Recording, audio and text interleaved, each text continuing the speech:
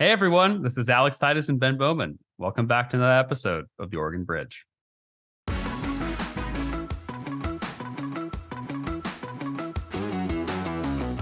Ukrainian government got more in random crypto donations from social media than they got from the United Nations. The market downturn is we're kind of focused internally. It is an opportunity for everyone to kind of get back to basics and really double down on building in the space. Crypto has sort of tracked closer to traditional asset classes in this particular downturn. Summarily, mining is the process by which new tokens are unlocked, and it involves computers solving complex mathematical problems that get more and more difficult as more and more blocks and tokens are unlocked. Oregon is unique in the space in that Senator Wyden's been such a great supporter and champion. All right, everybody. Thanks so much for joining us. Today, we have a special national focused episode, which we do talk about Oregon quite a bit, but we do have Ian Mair with us, who is the Vice President of U.S. Policy over at Blockchain.com, which is a very large cryptocurrency exchange and large crypto wallet company, which Ian will explain once we get into the episode, since those are all somewhat confusing terms. And Ian used to be a vice president over at the Smith Free Group, which is a lobbying organization that advises fintech and crypto clients on legislative and regulatory affairs. And Ian is also a Internet Law and Policy Foundry Fellow. And he's been working in the crypto and tech space for quite some time. So Ben, what'd you think of the episode? So the way that I would frame this episode to our listeners is basically like, Alex, I would say you know more than most people, at least that I know, on crypto, but you're far from an expert. We brought Ian on to basically help translate to people who are politics first or more interested in the political space to help understand what are the basics of crypto and what should people who are operating in the political space know and understand.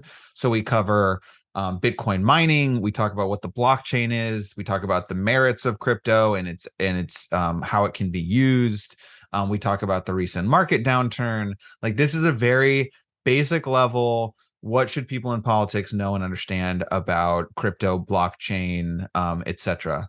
I learned a ton. I thought it was a super useful conversation. Ian is a very helpful explainer for what some of these we some fun little Easter eggs to look for. Ron Wyden came up as a national leader on this issue, but from like an interesting point of view. Labor Commissioner Val Hoyle got brought up as someone doing some interesting things in the crypto space. So yeah, I really enjoyed the conversation with Ian, and am hoping to build out my fluency in understanding crypto and its implications. What about you, Alex? Yeah, really interesting episode.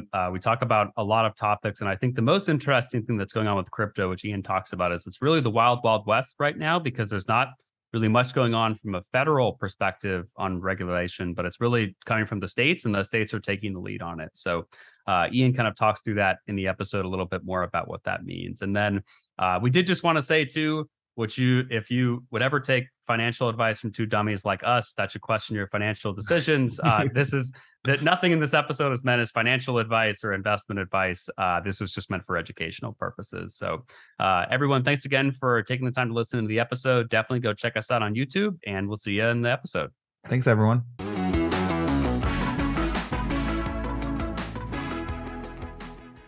All right, everybody, welcome back to another episode of the Oregon Bridge. Today, we are very excited to have Ian Mair with us. Ian, how's it going today? I am good. I can't complain. Happy Monday, everybody. Happy Monday. As Ben said, it's always a great time when you're doing a podcast on Monday. So we can feel very successful, like we've had a good start, very productive start to the week. So Ian, you are the head of U.S. policy for Blockchain.com, which I know is a major company and a major player in the crypto space. Could you tell us a little bit more about the company in general and what exactly the company does? Sure. So Blockchain.com is one of the world's oldest and most trusted cryptocurrency companies, and I get a lot of mileage out of the joke that at 10 years old, that does in fact make it the oldest in our industry. Nice. So we'll be turning 11 soon, so I have to update the joke. But we have helped users all over the world create about 83 million cryptocurrency wallets, and I always like to just kind of drop for the scale comparison that Wells Fargo has about 72 million accounts total. Not a shot at Wells Fargo, just a way to contextualize our kind of size in the space. Wow.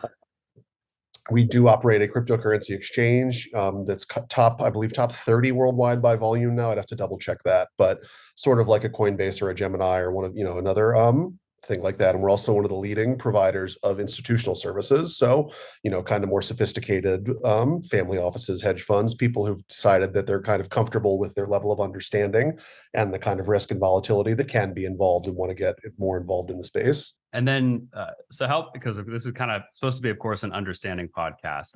What exactly is a crypto wallet? Like, what does that even mean? So a crypto wallet is almost, excuse me, a crypto wallet is almost like your checking or savings account with a bank. In that, but a key difference is there's two primary types of crypto wallets. They're custodial and they're non-custodial. So a custodial wallet is very much similar to a savings or checking account with a bank in that, the entity can have some visibility into what's in the account. And it's, so it's very similar to that, like a checking or savings account. A non-custodial wallet is sort of what some of the more sophisticated and more privacy-minded investors use, which is that it's almost like a safety deposit box with a bank, to kind of torture the analogy here, where there's a record that it exists, but the entity doesn't necessarily have a lot of visibility into it, and it guarantees a lot of privacy. And it's actually a way you can use a hardware wallet, which almost looks like a little USB drive, to actually disconnect your tokens from the internet, which is pretty cool. So it's a very, very secure way to store your tokens. And some people who've been in the space a lot longer and have seen, the headlines about hacks that happen out there, it's a good way to really protect your tokens. Yeah, and so speaking about longevity in the crypto space, and I imagine if we actually have any crypto fanatics who are listening to this podcast, you may actually get in trouble, because I imagine there's a million different answers to the origin story. But cryptocurrency, right, has sort of exploded on the scene. I remember when I was a little high school kid hearing about Bitcoin because I was really nerdy. And my friend who I played video games with told me to buy Bitcoin for $5.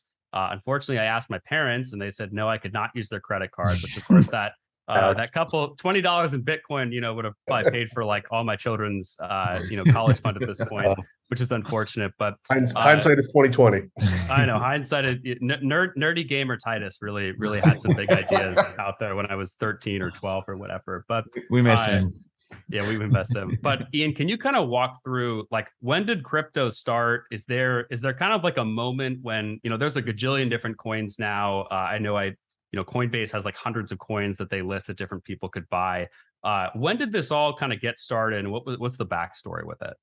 So the real origin story is that on Halloween 2008, a white paper, that's the Bitcoin white paper, was published by either a person or a group who, to this day, we still don't know who it was or if it was more than one person, named Satoshi Nakamoto. And it was sort of on the heels of the financial crisis, and it was a way to kind of invent a new internet-based and cryptography-based, what they called trustless financial system, meaning that it can be truly directly peer-to-peer. And the way that you remove the trust aspect of it is it's wide open. Anybody can go back and look at any transaction that's ever happened on the Bitcoin blockchain. That was actually one of our first products, and still one of our most widely used products, is the Blockchain.com Explorer, where, as I'm talking to legislators and, regulators and lawmakers and things like that, it's always a little bit surprising when I say you can literally go back and see every transaction that has ever happened on this ledger. That's what they mean when they say it's a distributed open ledger. But I digressed a little bit. But at its simplest, the way I found to explain it, kind of at its simplest form, it's a digital representation of value. It's a way that people can exchange something that people agree has value without worrying, across borders. There's a really good cross-border remittances story to be told there. And pretty much anybody with a smartphone can just, get up and running within 24 hours or so with most exchanges. So that actually is a great transition to what I wanted to ask you about. I've got a couple of like basic, no pun intended, building block questions. Okay, so your company is named after the blockchain. You kind of alluded to it in your last answer. What does blockchain mean, and what is the value? What is the value of a blockchain? So the blockchain is the network on which Bitcoin operates, and I shouldn't just say Bitcoin, because there can be an infinite number of blockchains. And I actually spend one of my nitpicks that I get into with a lot of state legislators is when they have legislative language that says the blockchain, and I have to kind of go a blockchain, because okay. There's potentially an unlimited number of these, but it's the network on which any given token operates. And it is kind of, that's sort of one of the big innovations of the space, is that anybody can go see it. I mean, we can pull it up right. If we went to blockchain.com/explorer right now, anybody with an internet connection can go back and look. I mean, obviously there are trillions and trillions of transactions to sort through, but it's all there. So it is a wide open network. Not every token is as open as the Bitcoin network necessarily, but it is, that's kind of one of the biggest contributions to the space, I think, in addition to a trustless way to transfer value. But the transparency is really, really interesting. And there's actually a great Wired magazine did a story called Tracers in the Dark. Probably, I think it was around last fall, that I highly, highly recommend you read, because it's an incredible story about how blockchain analytics firms helped take down the biggest child sexual abuse material network in the world. And it was because these really horrible people were using Bitcoin because they thought it was anonymous, and they thought it was a way to, circumvent that. And it was a way to, do payments on the dark web and things, but they were dead wrong. And they ended up all in jail, thankfully. So what was the name of the Wired article? I'll try to link to it in the called Tracers in the Dark. Okay. Yeah. So one quick follow-up, and then I'll ask a different question. So you've mentioned one of the benefits of the blockchain, which is like when Bitcoin's being used for illicit purposes, you can actually find out who is doing that and hold them accountable for it. Are there other benefits to having this sort of like radical transparency of all transactions? There are, and we're just kind of sort of at the very beginning of exploring sort of non-financial services use for it. I know the state of Utah was kind of looking at some pilot programs about, so they were using the example of tax, I think it was actually marriage licenses, not tax documents, now that I think about it, but there's some law on the books in Utah that's been there forever that you have to go to this one person in this one office, and their backup is months and months and months. So they were kind of looking at, what if we issued it as a token? If there's a virtual token that I can pull up on my phone that is my marriage license, and we can just push it out to whoever's getting married, and it's on an open ledger, so everyone can in fact see this is a valid government document. That's kind of the exciting, that's an exciting potential non-financial services use. But like I said, we're in the very, very early days of exploring that. And then, so on a broader level, I think there's a lot of people in the politics space who are kind of just like broadly confused about why crypto is a thing and why this is valuable and why people spent so much money on it and then they lost all the money on it. And it's like, can you explain why, like, some people were spending like huge portions of their life savings to purchase cryptocurrency? What's the basic sales pitch of why people should invest in cryptocurrency, or the benefits of investing, not as a sales pitch, but as an explanation for why people are doing this? Yeah. So, I mean, as far as a sales pitch / explanation goes, we always kind of pride ourselves internally at blockchain.com of our joke is that we consider ourselves the suits, not the pirates of the space. So, we do think people should get involved and get off the couch, but that's one of the beauties of crypto is you can put in $5. So, when people approach me and say, I have read all the headlines, I'm aware of the risk, I'm comfortable, I've decided, I want to get involved. What do? I say, go to blockchain.com, sign up for a wallet, put in $5, put in $10, put in $25, and just watch it. I mean, the best way to get involved and learn is to have a lot of skin in the game, but you don't, we're not advising people to go out and empty their 401ks or anything like that. I mean, yeah. And I always tell people, I said, put in a little bit and watch it and learn how, the market reacts to an Elon Musk tweet or to a, SEC enforcement action or things like that. And then after you put it in, you get a little more comfortable, and then hopefully your investment grows. So you have a little bit of, you've made some money that you can hedge any losses against with. But yeah, I mean, just start. I always tell people, start small, but start. So that's like what you're describing is sort of like how some people would approach the stock market. Like when you're purchasing a stock, is like, start with a little bit, see how the market react. Like, is that about correct? Right. Yeah. And I just don't think of it as, I mean, we think of it as kind of another arrow in the financial quiver, right? It's very new and it can be very volatile at times. And I always tell people who want to get involved, are you comfortable with volatility? Because the market can be very volatile at times.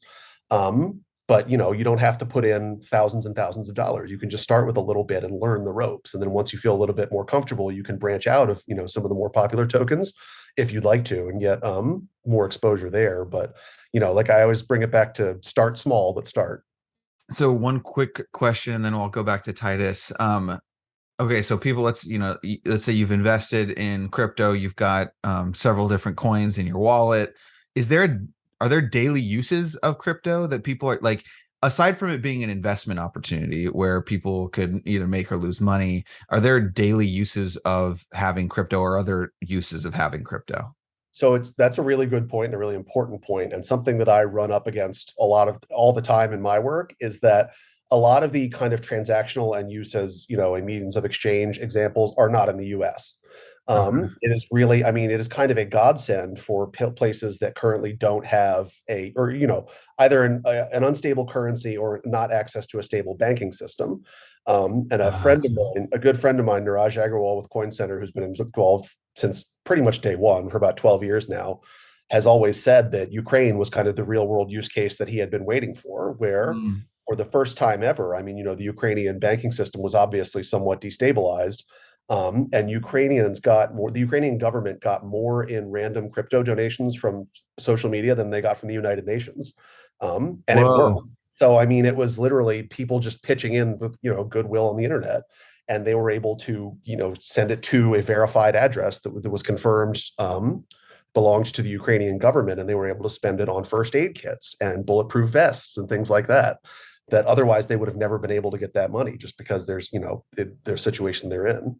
And another one that Niraj also points out all the time is women in Afghanistan a lot of times are not allowed. The Taliban government doesn't allow women to have money, so any money that a woman earns has to go directly to the husband.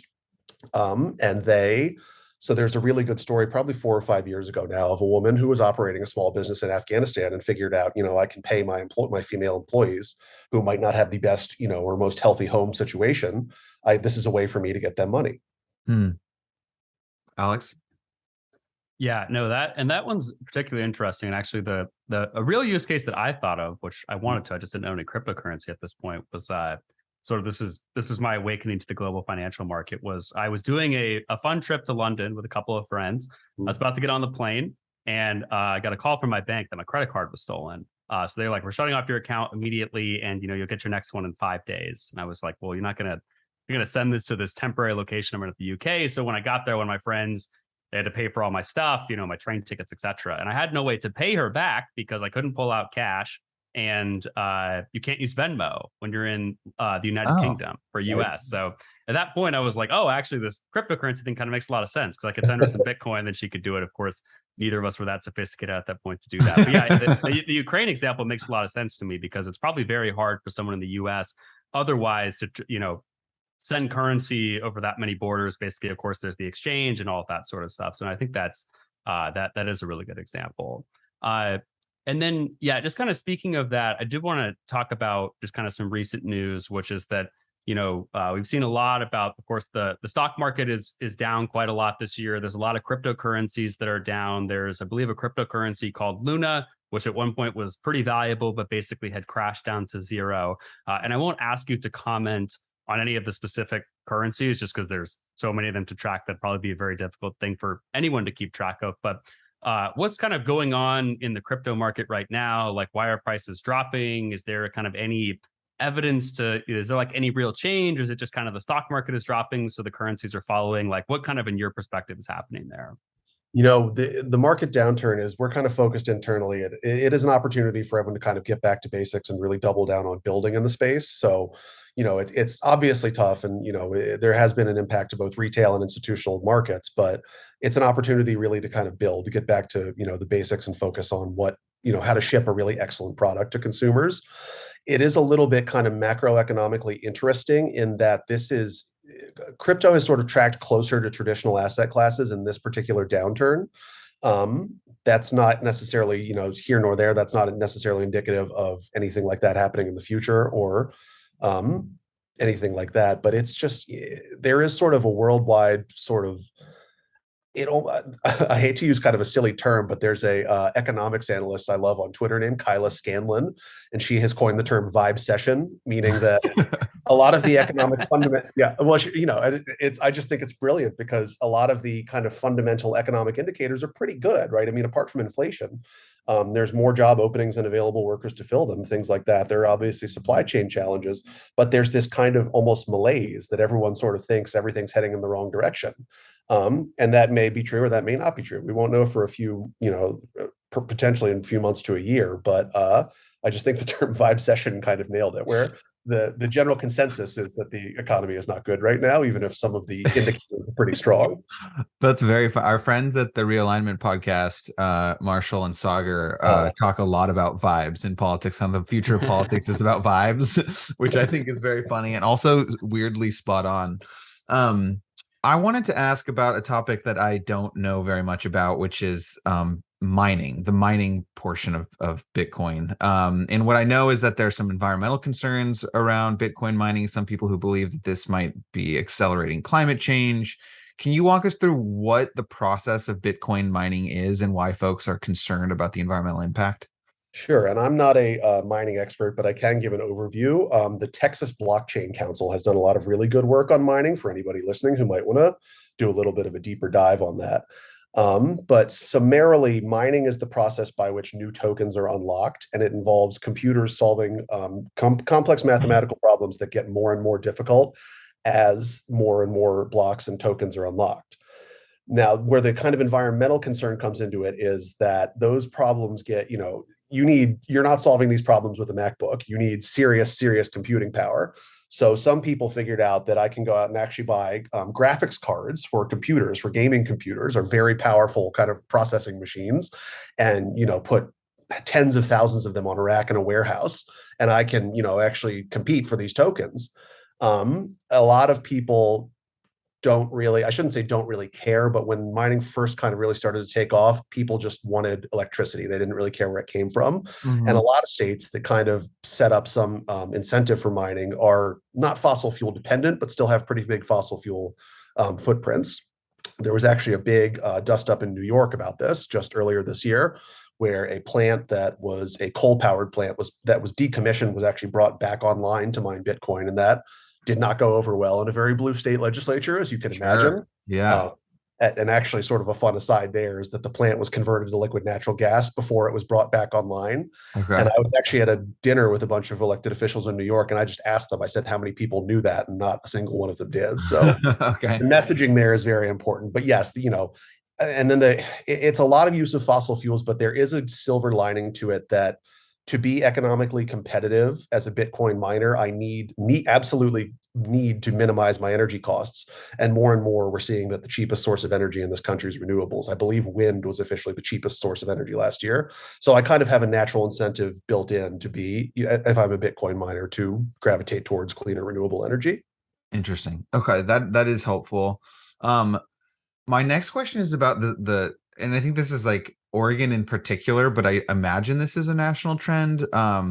There's a lot of headlines about crypto candidates that have been popping up, and in Oregon, and I don't know that label is actually fair or not. You had folks like Carrick Flynn, who we had on this podcast, who received a bunch of money from Sam Bankman-Fried.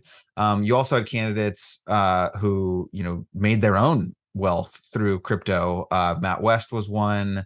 Cody Reynolds was another one. There's a GOP candidate actually in Oregon who's close friends with the Winklevoss twins, who apparently are pretty active in the crypto space. So it seems like there's some enthusiasm on both sides of the political aisle for crypto and the future of crypto. Can you give us a sense of what impact you think that will have on the future of crypto, and particularly within the political space, these new candidates who actually have real experience with crypto compared to traditionally older candidates who probably don't really even know what it is? It's a great question, and I think you actually kind of hit the nail on the head right there at the end. Is that it's a generational thing. It just is. And it's a big challenge to explain to someone who came to the United States Senate when they were still making literal carbon copies of documents about this kind of trustless money that anyone can send to anyone else on their phone. That's so funny. Yeah. In terms, our CEO Peter Smith actually loves to tell the story of he was talking to an elected official who it was a challenge to explain to this individual, just exactly how any of it worked. And then it came out later in the meeting that this person still dictated their emails. They had never used a computer. They just told us they dictated everything they wanted to go through the computer to a staffer who did it for them. That's wild. Yeah. But as far as the money aspect goes, I do think it's interesting in that, the amount of money that crypto companies and crypto PACs and luminaries, I guess you could say, are putting it is relatively modest when you look at some other industries. For sure. I'm always kind of so my background before I came in-house with Blockchain.com was I was at a multi-client firm for almost 10 years. Okay. So, I mean, when you look at airline contributions or railroad contributions, I mean, it's relatively modest, but I think it kind of speaks to a maturing on the industry's behalf to say, look, this is, you can't just tweet, you need to actually show support for these candidates who are willing to support you. But I think it's really kind of a sign of the industry's maturation politically, if that makes sense. Really quick, actually, follow up, and then Alex, I'll go to you. Can you offer any nuance in how the different parties talk about Bitcoin, talk about crypto, talk about the blockchain? Like, are there concerns that Democrats tend to have about these issues versus concerns Republicans tend to have? Like, what is that dynamic? Yeah, absolutely. So, I mean, it's all, my line has always been, it's always been kind of an easy sell to a libertarian leaning Republican Sure. lawmaker, just because, you say it's money the government can't spend. That always, I mean, that pretty much their eyes light up when they say, okay, where do I sign? There's also a big kind of personal individual liberty aspect to it of, it's sort of like the gold bugs in the 70s and 80s, right? Of when the country was taken off the gold standard of saying, oh, well, this is the worst thing that's ever happened, so I'm just going to hoard it. But the kind of almost horseshoe point of connection there, where there's a lot of agreement between the parties, is on privacy. I mean, people do have a fundamental right to privacy, and crypto does help guarantee that. But Democrats, there are some good financial inclusion stories in it, just around it, just because, like I sort of alluded to earlier, anybody can get involved. I mean, redlining is not an issue here. You don't actually have to go into a bank and get approved to do anything. You can just do it all directly from your phone trustlessly. And like I said, anybody can invest any amount of money they want to. But it's all, the one thing that does come up with on the, more left-leaning politicians as well as the energy use thing does come up a lot, and climate impact. But that's, like I said, I usually use the exact same thing I just told you guys, is that there's a built-in incentive to use the cheapest source of energy, which is more and more renewable energy. Alex? Yeah. So Ian and well, actually, that was a great build up to this. I sort of want to transition to kind of basically like how crypto and any sort of framework is actually introduced on the state level, because from my understanding, there's very little federal regulation. I think President Biden put an executive order out to basically, study what sort of regulation should go in place. Who knows how long that will take? Who knows what will go in place? I don't know much about the case, but I know there was an SEC action against Coinbase for two cryptocurrencies that they were selling that the SEC considers to be securities, where I know that Coinbase does not consider those to be security. I'm sure a gajillion dollars will be spent on lawyers from both sides, basically figuring out what that means for the industry. But my sort of question is, I imagine when you approach state legislatures, they probably have a lot of the same questions that we gave you on this podcast today, maybe even at a more less sophisticated level. Some of them are probably right, like, what is this Bitcoin? There's also a cryptocurrency with a dog on it, or there's multiple cryptocurrencies with dogs on it. The Shiba Inu, then there's like the Shiba Inu baby or whatever. And as you were saying, it's a generational thing, but it's also incredibly complex. Like, I tried to listen to an audiobook about like staking and like the future of loans using crypto. It was almost incomprehensible to me. And I don't really have a financial background, but it was very difficult to understand. If you were talking to members of the state legislature in Oregon, which you probably are right now because they're listening, is what is even kind of the way that a state begins to get started with crypto? Or like, what are some of the things that you're seeing from other states? Or like, is there kind of a simple regulatory framework that you recommend folks kind of put together? Or is that not even a step you consider? Like, how does Oregon, for example, if the government wants to kind of play or encourage innovation in the space, or like, what are even kind of the steps to go about that? Like, what does that even look like? It's a really good question, and it's interesting because I started this job almost exactly a year ago. I think it was a year ago last Monday.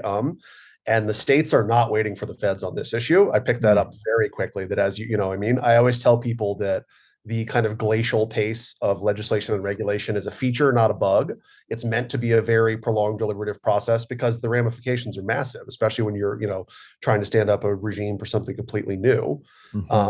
But the states are looking, particularly at what Wyoming did. Wyoming a couple of years ago stood up with their own regime and really kind of leaned in on it. And actually, she's now Senator Cynthia Lummis, but at the time was treasurer of the state, was very involved in trying to, stand up what they consider to be a nation leading nation leading regulatory regime. That being said, we love the Wyoming regime. Wyoming is the least populated state in the country, so what works in Wyoming isn't necessarily going to work in Oregon or New Jersey or New York or anything like that. And I know you both have policy backgrounds, and this, it's not the sexiest thing to say, but I am a big fan of the task force approach. Sure. And what I mean by that is, you just set up a task force and you bring in, chairs and ranking members of the, banking and financial services committees, maybe some consumer protection regulators, some folks from industry. So I serve on the Utah task force. I know Michigan and Pennsylvania are exploring similar things, but I'm not someone who's going to rush around saying this is, we need to have this figured out by December. And California is actually doing their own sort of exploratory executive order as well. And I know they're saying about a 2 to 3 year timeline. And I think that's reasonable. You want to measure twice and cut once. You want to get this right. You not get it done fast, right? So as far as like how states can just even get the ball rolling, I'm a big fan of just kind of the convening of experts and just study it, potential uses, and just maybe the answer is no. Maybe the answer is blockchain isn't right for Oregon, and that's fine. But you haven't spent taxpayer money standing up a regime nobody's going to use. Can I just quickly? Yeah, go ahead, Ben. When you're having these conversations in states like Wyoming or at the state level, are there like opponents who are, like nervous about crypto getting a foothold? Like, is it like large financial institutions, or like, are there groups who don't want the proliferation of crypto? At the state level, it's interesting because they're kind of adopting the viewpoint that this is here. I mean, this is consumer demand and retail demand is here. We need to get our arms around it. I think you heard more of that probably 3 or 4 years ago. There are not as many kind of natural enemies as some people think there are. I don't think of legacy financial institutions as the enemy. I kind of think of them as curious partners. They're kind of they're still trying to figure out how can we, if we have customers who want this, how can we give it to them safely and reasonably in a way that, doesn't get us fined or anything like that. But yeah, and again, I hate to, beat the dead horse, but it is a generational thing where, there are some states where the same guy has been the president of the Senate for 40 years, and he's not necessarily interested in talking to you about this, but some of his younger colleagues may be. So you got to, but that's why it's important to, a mentor of mine in politics always said, be nice to the interns, because someday they come back and they're going to be the chair of the committee or something like that. As a former legislative intern who hopes to have a seat, I hope that's true. I also think it's funny. I don't know if this is true for Peter Courtney, our Senate president, but I think he's the longest serving presiding officer in the country. Which he stepped down and he's not running again. So there'll be a new Senate president next session. But I just thought that was a funny little Oregon aside, Alex. Yeah. And so I do, I don't want to personally push back on something you just said, but I do think that at least some politicians across the country are not really taking a kind of slow approach, right? Like you have the New York mayor, Eric Adams, may have just got that wrong. Adams, right? He's taking his like salary in Bitcoin. I know that he only took one paycheck in Bitcoin. Oh, he only took, okay. Well, the PR confused me then. Yeah, that was his team did a good job. But yeah, I know like that the mayor of Miami, I think he's also taking some portion of his paycheck or, all of his paycheck in Bitcoin. I know the major Bitcoin conference was held in Miami. I know that that's kind of like a growing area of the space. So I think some people are saying, right, like, maybe we should wait and be cautious, but like we want to get ahead of this thing, whatever it is, because I want my state or I want my city to kind of be the dominant source of this. And I'm curious from your perspective of course, someone who, advocates on behalf of course, your crypto exchange, but basically de facto other crypto exchanges, right? Like I imagine generally what's good for you is probably good for Gemini, probably good for Coinbase. Maybe there's kind of some differences there too. But, if I came to you and said, Ian, I want Oregon to be at the forefront of kind of the crypto revolution, the crypto space. What are things that policy leaders should either be considering or looking at now to kind of maybe enact some of those changes over the next 5 or 10 years before the industry really kind of starts to kick off? And that's a really great point, Alex, and actually a very good differentiation to make there is too. You use the example of so Mayor Adams and Mayor Suarez are both really, really great allies. They're mayors. They're not, when I was talking to Ben's point, I was kind of saying how state legislatures might engage. But, it's a really good point and kind of speaks to a bigger cultural issue that there is an enthusiasm around the space, right? I mean, that mayors, and we actually briefed the Miami-Dade City Council when we were down there a few months ago, just because they see all the momentum, they see people rushing in, they see what Mayor Suarez is doing. And Mayor Suarez is an incredible ally and champion for the industry. And they kind of want to keep up to say that, and that kind of gets to an interest. That's again, to kind of revisit the same point of be nice to the interns is, do mayors of large cities don't necessarily have a lot of influence over, let's say, security policy or things like that. There's no such thing as a municipal securities regulator, but they're not going to be a mayor forever, right? I mean, they'll probably run for Senate or they'll, try to get a state Senate seat or something like that. But that is a very interesting point. And I kind of struggle to think of other, maybe ride sharing and maybe kind of, self-driving cars, that it is unique in that local politicians are so comfortable leaning in on it. And I just kind of can't think of too many other industries off the top of my head that are currently like that. And, I think, like I said, it's not necessarily about what they can do now. It's about kind of fostering an overall healthy environment in a given state or given city, if that makes sense. Yeah, and I'm curious from your perspective of, because, you said the states are sort of rushing into this. They're not waiting for the feds. Are we going to see any sort of conflicts coming out of that, right? In terms of, let's say, Ben, I'm in Portland and Ben is over the river in Vancouver, Washington. Vancouver, Washington is basically a suburb of Portland. That would probably offend a lot of people in Vancouver, but they all know that it's true. And, let's say Oregon has very, we'll call it kind of freewheel and deal crypto. You can send whatever crypto you want. You can make crypto loans, whatever. But let's say the state of Washington has some really stringent regulation on it for whatever reason. And I send a crypto transaction to Ben, let's say through your exchange. I don't even know if that's actually possible through it is, but, or through some sort of exchange or something like that. Because of the state first approach, are we going to run into those roadblocks? And do you think that's going to start happening quickly? Or do you think generally, for the most part, kind of like the exchange of commerce and things like that will be kind of freewheeling, but maybe there's more restrictions around things like crypto loans and things like that? I think, the loans get pretty, as you kind of alluded to when you said you were listening to the staking podcast, that stuff gets pretty complicated pretty quickly. But in terms of, cross-state border transmission, that's a very good point. We and other crypto exchanges are required to obtain money transmitter licenses, MTLs, which are regulated at the state level. That handles most of that. And there are, we don't operate in states that's on the company to have an effective KYC, know your customer policy in place. Mm-hmm. But if there was a state where we don't have our money transmitter license, then we don't operate in that state, full stop. We're in the process of still gathering all of those. I think we have 32 of I believe I don't remember how many states require them. Not every state requires one. But yeah, so we just, the short answer to your question is we comply with the law. We don't, we wouldn't facilitate a transaction like that. And to sort of pivot a little bit, but a good point about conflicts is that this is not theoretical, particularly in the area of state and federal conflict, because as part of the Wyoming regime, they stood up. Are you guys familiar with DAOs, DAOs, decentralized autonomous organizations? The way I'm most familiar with it was when the DAO tried to buy the U.S. Constitution. DAO, yeah. They got beaten out by Ken Griffin, which I thought was hysterical. But good for those people. I believe the 1-year anniversary of that was last week too, or something, if I remember. Okay, yeah. No, but I think providing a little context on that would be helpful. Yeah. Sure. So a DAO kind of at a high level is intended to be sort of a new business structure where rather than, having stock or ownership equity in it, you would have tokens instead to represent sort of the same thing, just your ownership share of a given entity. Wyoming, as part of the regime they stood up, recognized DAOs as a legal business entity. So, you can go incorporate a DAO in Wyoming. The first 2 DAOs that were stood up under the Wyoming regime were subject to enforcement actions from the Securities Exchange Commission. This isn't theoretical. This is already happening because, so the definition of a security is, you're going to get me going on the Howey test now, but that's a little bit more. Hey, this is why we're long form. You can take as much time as you want to explain it to us.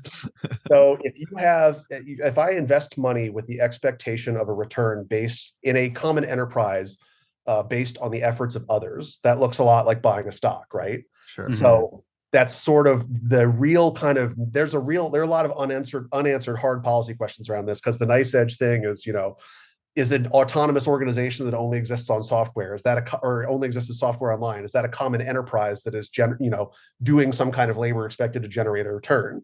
In the SEC's opinion, for those 2 particular DAOs, it looked enough like a security where they said, this is an unregistered securities offering and we're going to shut these 2 down.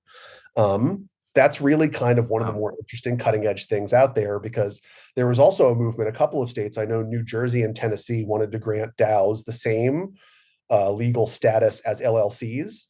And that's kind of, you walk right back, and you're kind of walking right into the same brick wall where it's saying, well, a share in an LLC is probably a security, right? So you're sort of saying without saying that I believe the tokens that are backing up my DAO are probably securities Hmm. that we didn't register with the Securities Exchange Commission. So that's interesting. So, last couple questions here.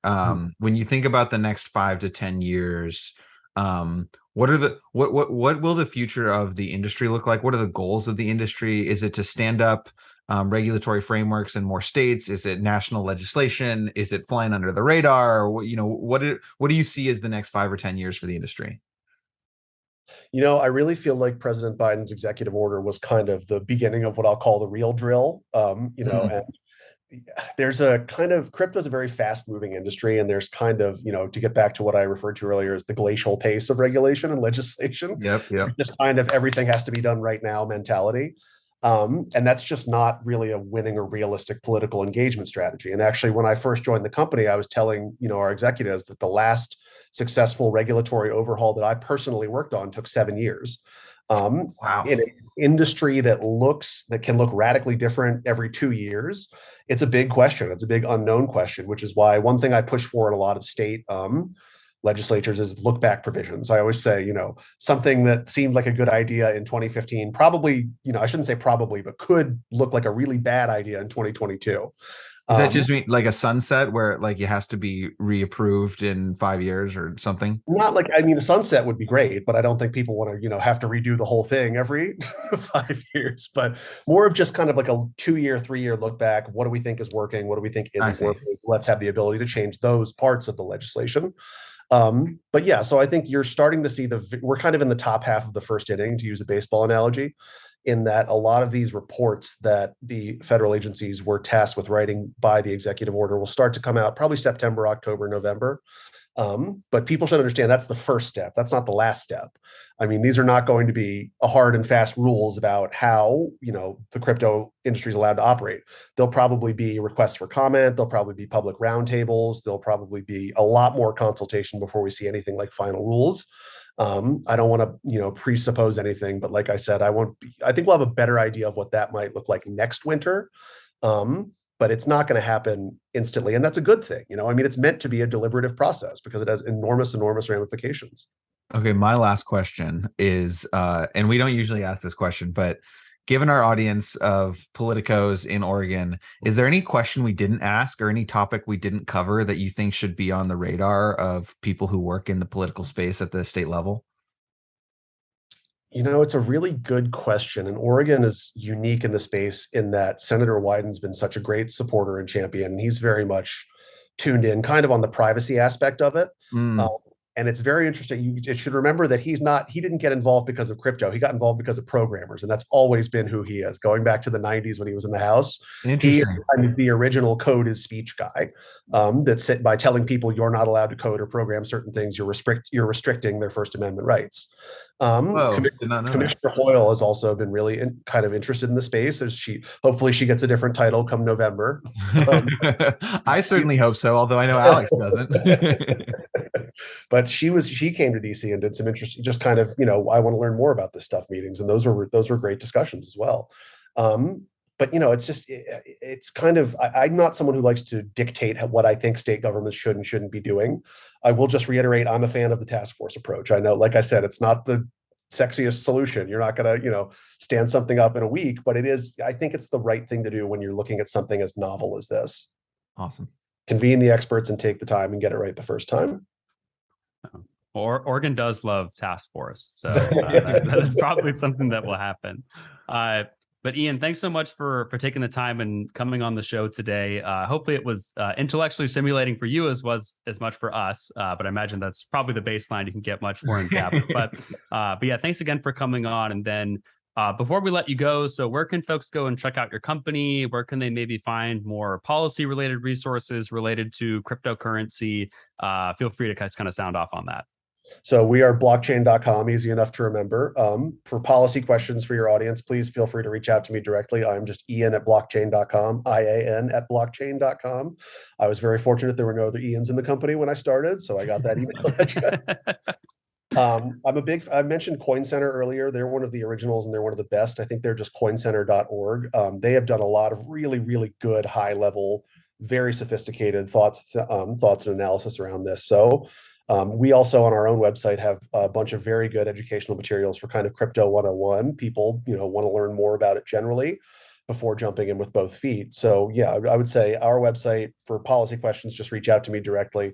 I'm happy to talk to anybody anytime about this stuff. I will talk your ear off about it, but and educational materials, just our website as well. Cool. Awesome. Well, thank you so much again, Ian, for coming on the show. And thank you everybody for listening. Please make sure to subscribe and give us 5 stars, and we'll see you in the next one. Thanks, everyone.